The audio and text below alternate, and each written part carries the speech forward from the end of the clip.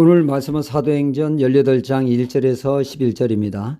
김봉남이라고 하는 분이 있습니다. 이분 남편은 복음과 상관없는 삶을 산 사람입니다.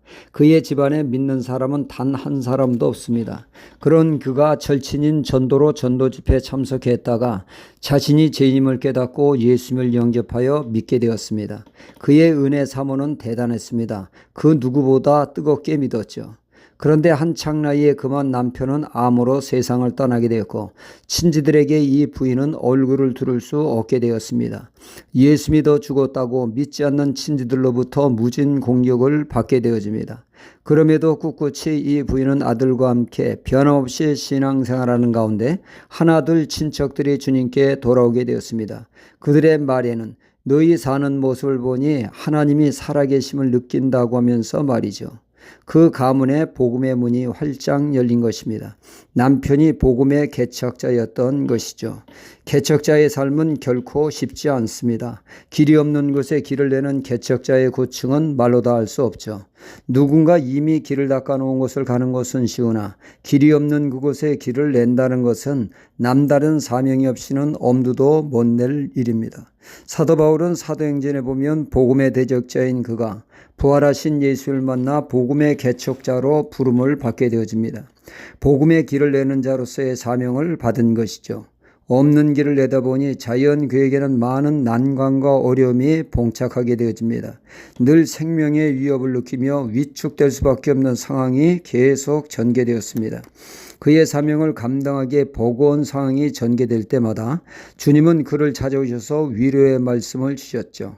사도 바울이 가는 곳마다 그 누구보다 복음 전파를 기뻐하고 환영해야 할 유대인들이 오히려 복음의 대적자가 되어 복음 전파를 회방하며 바울의 생명을 노렸습니다. 고린도에서도 그러한 상황이 전개되었을 때 주님은 환상 중에 바울에게 두려워하지 말며 잠잠하지 말고 생명의 말씀 복음을 증거하라고 하셨습니다. 환상 중에 주님의 말씀은 두려움을 한 방에 날려버리고 새 힘과 용기를 불어넣어 사명이 온전히 감당케 하셨습니다. 이에 사도 바울은 고린도후서 1장 5절에 그리스도의 고난이 우리에게 넘친 것 같이 우리의 위로도 그리스도로 말미암아 넘치는도다 라고 고백을 하고 있습니다. 그런가 하면 이렇듯 친히 주님께서 그에게 힘을 북돋아 주었을 뿐만 아니라 또한 그에게 귀한 동역자를 보내주셨다는 사실이죠.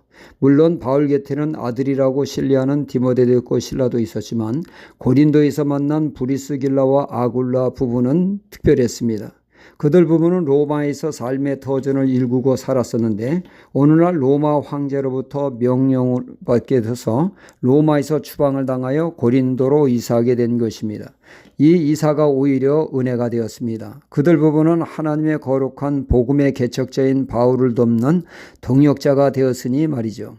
그들 부부는 천막업에 종사하는 자들이었고 바울 또한 복음을 증거하며 수시로 짬을 내어 생활비를 벌어가며 사역을 감당하는 가운데 동정업으로 가까이 하다가 사도 바울의 가르침에 감화를 받아 바울 사역에 동참하는 사역자가 된 것입니다. 이들 부부의 동역은 복음의 개척자인 바울에게 얼마나 큰 힘이 되었는지 모릅니다.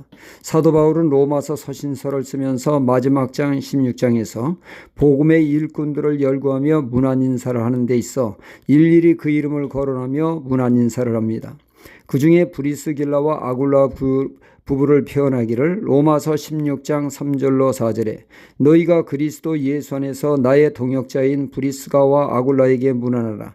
저희는 내 목숨을 위하여 자기 목이라도 내어놓았나니 나뿐 아니라 이방인의 모든 교회도 저희에게 감사하니라 말씀하고 있습니다.